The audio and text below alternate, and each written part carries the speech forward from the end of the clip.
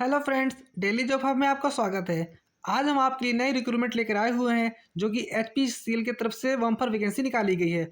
और फ्रेंड्स, यह वैकेंसी 2026 के स्टूडेंट के लिए निकाली गई है और यहाँ पर फ्रेशर एंड एक्सपीरियंस्ड प्रोफेशनल के स्टूडेंट एलिजिबल हैं।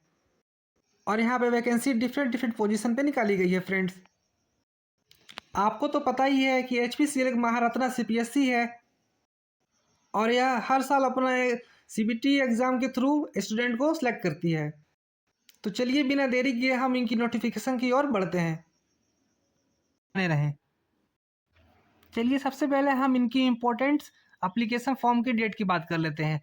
तो इनकी एप्लीकेशन फॉर्म 25 फरवरी से 25 मार्च तक फिल होंगे और आपको बिना देरी किए इनके एप्लीकेशन फॉर्म को फिल करना है। चलिए अब नेक्स्ट में हम position, eligibility criteria and vacancy details को अच्छे से क्लियर करते हैं। तो चलिए सबसे पहले हम फ्रेशर्स के लिए बात कर लेते हैं।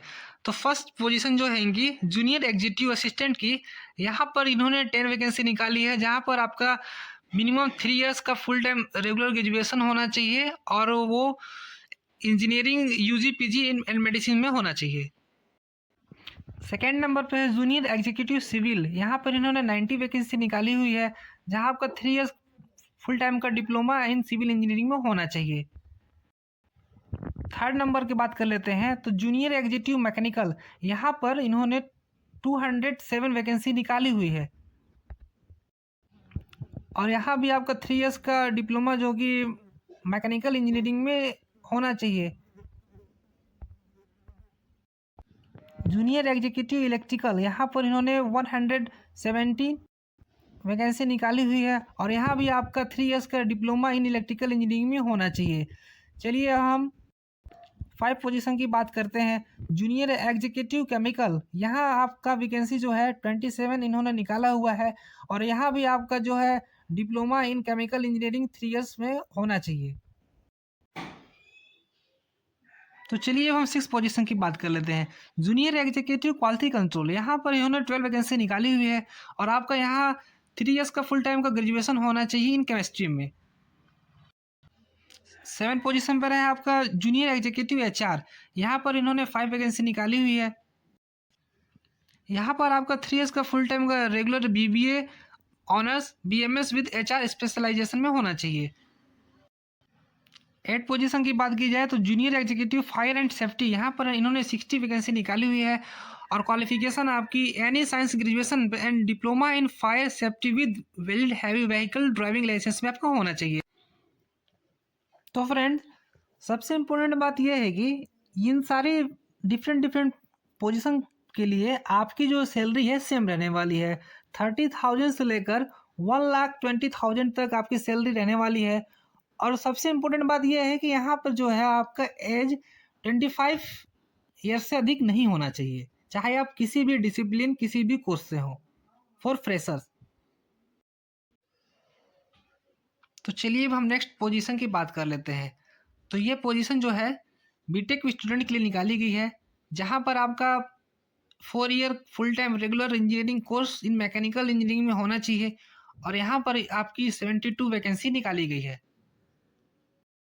नेक्स्ट, ये वैकेंसी इलेक्ट्रिकल इंजीनियर की निकाली गई है, यहाँ पे आपकी 37 वैकेंसी है और आपका यहाँ 4 year full time regular BTech in electrical engineering में होना चाहिए। नेक्स्ट, सिविल इंजीनियर की वैकेंसी है आपकी 17 और यहाँ पर आपका 4 year full time regular engineering course in civil engineering में होना चाहिए। नेक्स्ट, केमिकल इंजीनियर, यहाँ पर आपकी 15 वैकेंसी निकाली गई है, यहाँ पर अभी आपका 4 year full time regular course in chemical engineering में होना चाहिए। एंड नेक्स्ट पोजीशन की बात कर लेते हैं ऑफिसर फाइनेंस सीए, यहाँ पर आपकी 30 वैकेंसी है और क्वालिफिकेशन आप सीए क्वालिफाइड होना चाहिए और आपकी जो है ग्रेजुएशन 3 इयर्स फुल टाइम होनी चाहिए एनी डिसिप्लिन में। नेक्स्ट, ऑफिसर फाइनेंस सीएम में यहाँ पर आपकी 4 वैकेंसी है और आप क्वालिफाइड कॉस्ट अकाउंटेंट होने चाहिए और आपकी जो है ग्रेजुएशन 3 इयर्स फुल टाइम होनी चाहिए एनी डिसिप्लिन में। नेक्स्ट, ऑफिसर फाइनेंस एमबीए, यहाँ पर आपकी 4 वैकेंसी निकाली गई है और आपका 2 इयर्स फुल टाइम का एमबीए होना चाहिए और आपकी ग्रेजुएशन एनी डिसिप्लिन में 3 इयर्स की होनी चाहिए। और बीटेक के स्टूडेंट के लिए 25 ईयर का एज लिमिट है। 25 ईयर्स वाले स्टूडेंट इसे अप्लाई नहीं कर सकते। और in different post CA, CMA and MBA के लिए 27 ईयर का क्राइटेरिया लगा रखा है। नेक्स्ट है ऑफिसर HR, यहाँ पर आपकी 6 वैकेंसी है। और नेक्स्ट है आपका ऑफिसर IAS, यहाँ पर आपकी 20 वैकेंसी निकाली गई है, जिसके लिए आपको 25 ईयर्स होनी चाहिए। अगर आपकी एज इससे अधिक है तो आप इसे अप्लाई नहीं कर सकते। तो फ्रेंड्स चलिए अब हम एक्सपीरियंस्ड प्रोफेशनल स्टूडेंट के लिए बात कर लेते हैं। तो यहाँ पर इन्होंने डिफरेंट पोजीशन पर वैकेंसी निकाली हुई है। आप सारी इंफॉर्मेशन को इनके ऑफिशियल वेबसाइट पर जाकर इनके नोटिफिकेशन के माध्यम से सारे डिटेल्स को अच्छे से समझ सकते हैं। और आपकी जो भी क्वालिफिकेशन होगी अपने एक्सपीरियंस के बेस पर आप इसके एप्लीकेशन फॉर्म को जल्द से जल्द फिल करें। आपको तो पता ही है कि HPCL एक महारत्ना PSUs कंपनी है और यह हर साल अपना रिक्रूटमेंट निकालती है और हर साल स्टूडेंट इनके एग्ज़ाम को क्रैक कर इनसे जुड़ते हैं और HPCL महारत्ना कंपनी के साथ उन्हें काम करने का मौका मिलता है। तो चलिए अब हम eligible degree and core discipline की बात कर लेते हैं। तो मैकेनिकल इंजीनियरिंग से रिलेटेड इन्होंने ब्रांच को एलिजिबल किया है, जैसे कि ऑटोमेशन इंजीनियरिंग हो गया, मैन्युफैक्चरिंग इंजीनियरिंग हो गया, इलेक्ट्रिकल में भी same process, electrical and electronics engineering ETC को इन्होंने इसमें इंक्लूड किया हुआ है। एंड सिविल इंजीनियरिंग में भी same process, civil engineering and civil and environmental engineering.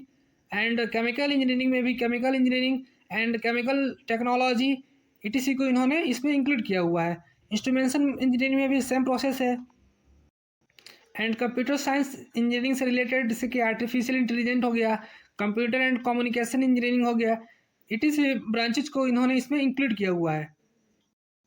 वही प्रोसेस इन्होंने डिप्लोमा इंजीनियरिंग के स्टूडेंट के लिए भी eligible degree and core discipline की बात कही है, जैसे कि मैकेनिकल में diploma in mechanical engineering and diploma engineering and specialization, civil में भी diploma in civil engineering and civil engineering specialization, electrical में भी सेम प्रोसेस है, केमिकल में भी यही सेम प्रोसेस है। तो चलिए अब हम मार्क्स और परसेंटेज की बात कर लेते हैं। 65% फॉर जनरल OBC AWS के लिए क्राइटेरिया इन्होंने लगा रखा है and 55% for SC ST PWBD candidates के लिए इन्होंने क्राइटेरिया लगा रखा है। और यहाँ पर फ्रेशर्स के लिए जॉब रोल आपकी refinery operations, maintenance, pipeline monitoring, LPG plant operation, sales and safety compliments, HR and IT management से रिलेटेड रहेगी। तो चलिए अब हम एप्लीकेशन प्रोसेस की बात कर लेते हैं। तो इनका जो है ऑनलाइन एप्लीकेशन 25 फरवरी से 25 मार्च तक फिल होगा और इनके एप्लीकेशन फॉर्म जो है इनकी ऑफिशियल वेबसाइट से फिल होंगे। और जो भी कैंडिडेट्स एलिजिबल हैं वो इस एप्लीकेशन फॉर्म को जल्द से जल्द फिल करें। तो चलिए अब हम एप्लीकेशन फ़ीस की बात कर लेते हैं। तो SC ST PWBD कैंडिडेट्स के लिए किसी तरह का अमाउंट इन्होंने नहीं लगा रखा है, उनसे किसी तरह का फ़ीस नहीं लिया जाएगा। और अब बात करते हैं other reservation and OBC and AWS candidates के लिए। तो यहाँ पर इन्होंने 1180 रुपीज़ का अमाउंट लगा रखा है, जो कि other reservation OBC and AWS candidates को फॉर्म फिल करते वक्त देना होगा। तो फ्रेंड्स अगर आपको वीडियोस पसंद आती है तो आप लाइक करें एंड अपने दोस्तों के साथ शेयर करें। और इसी तरह की इम्पोर्टेंट अपडेट एंड रिक्वायरमेंट के लिए आप हमारे चैनल डेली जॉब हब को सब्सक्राइब करें, ताकि आपको इस चैनल के माध्यम से टाइम टू टाइम सारी इम्पोर्टेंट अपडेट एंड रिक्रूटमेंट के बारे में जानकारी मिलती रहे। तो फ्रेंड्स ये थी आज की रिक्रूटमेंट। मिलते हैं नेक्स्ट वीडियोज़ में नए रिक्वायरमेंट के साथ। तब तक के लिए धन्यवाद। और फ्रेंड्स इस एप्लीकेशन फॉर्म को अप्लाई करने के लिए लिंक हमारे डिस्क्रिप्शन एंड कमेंट बॉक्स में दे दी गई है। आप वहां से इजीली जाके इस एप्लीकेशन फॉर्म को फिल कर सकते हैं।